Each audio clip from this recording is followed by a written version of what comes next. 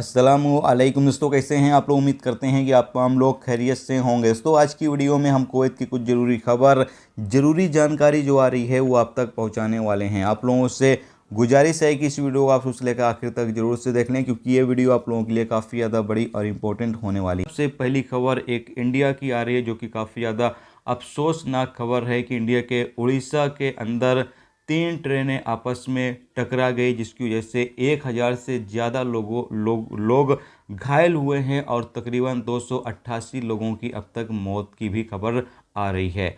और यह हादसा किस तरीके से पेश आया, इसकी जो जानकारी सामने आई है वो मैं आपको बता रहा हूँ कि एक ट्रेन शालीमार चेन्नई एक्सप्रेस, जो कि शालीमार से निकलकर चेन्नई की ओर जा रही थी, और दूसरी ट्रेन बेंगलोर SMVT, जो कि बेंगलोर से शायद निकलकर हावड़ा की ओर जा रही थी। और बताया गया है कि उड़ीसा के बालासोर स्टेशन पर यानी बालासोर स्टेशन के पास ही ये हादसा पेश आया।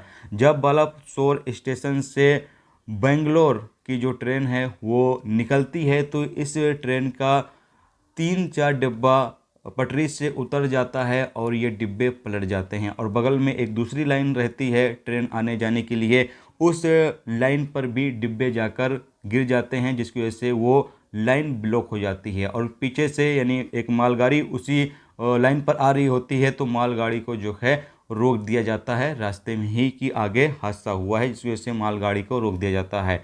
अब बताया जा रहा है कि जिस लाइन पर मालगाड़ी रुकी हुई है, उसी लाइन पर पीछे से चेन्नई की यानी शालीमार चेन्नई एक्सप्रेस पीछे से आ रही थी, और अब सिस्टम पता नहीं ख़राब था या क्या था, जो सिग्नल था वो ग्रीन था, रेड नहीं था, जिसकी वजह से ट्रेन वहाँ पर नहीं रुकी, क्योंकि उस स्टेशन पर ट्रेन रुकती नहीं है, तो इसीलिए सिग्नल ग्रीन होने की वजह से वो ट्रेन वहाँ से 130 की तकरीबन स्पीड से निकलती है, और आगे जब पहुँचती है तो पता चलता है कि मालगाड़ी रुकी हुई है, और वो ट्रेन मालगाड़ी से जाकर टकरा जाती है, जिससे ये भयंकर हादसा पेश आया है। जो अब तक खबर सामने आ रही है, न्यूज आ रही है, उसके मुताबिक मैंने आपको जानकारी दी है।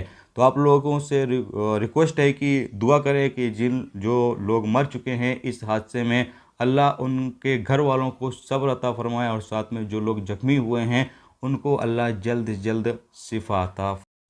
अगली अपडेट यह है कि कुवैत के सालमी इलाके में टायर की फैक्ट्री में ज़बरदस्त आग लग जाती है। इसकी वीडियो क्या इमेज आप सामने स्क्रीन पर देख सकते हैं। बताइए गया कि तकरीबन 3000 वर्ग मीटर में ये आग लगी थी, और जो टीमें हैं उन्होंने कार्रवाई करते हुए आग पर काबू पा लिया है। अल्हम्दुलिल्लाह ये आग जो है वो बुझ चुकी है।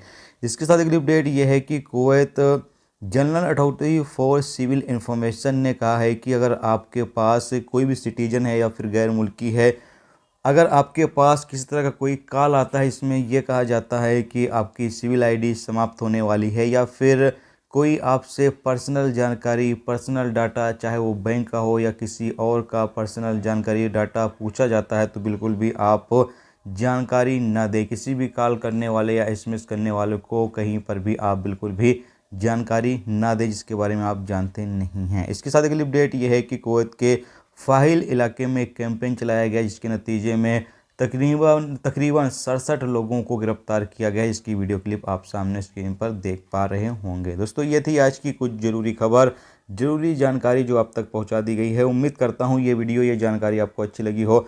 अच्छी लगी है तो प्लीज़ वीडियो को लाइक करके जरूर जाएँ। दोस्तों चैनल पर नए हैं तो आप लोगों से गुजारिश है कि प्लीज़ चैनल को भी सब्सक्राइब जरूर कर लें।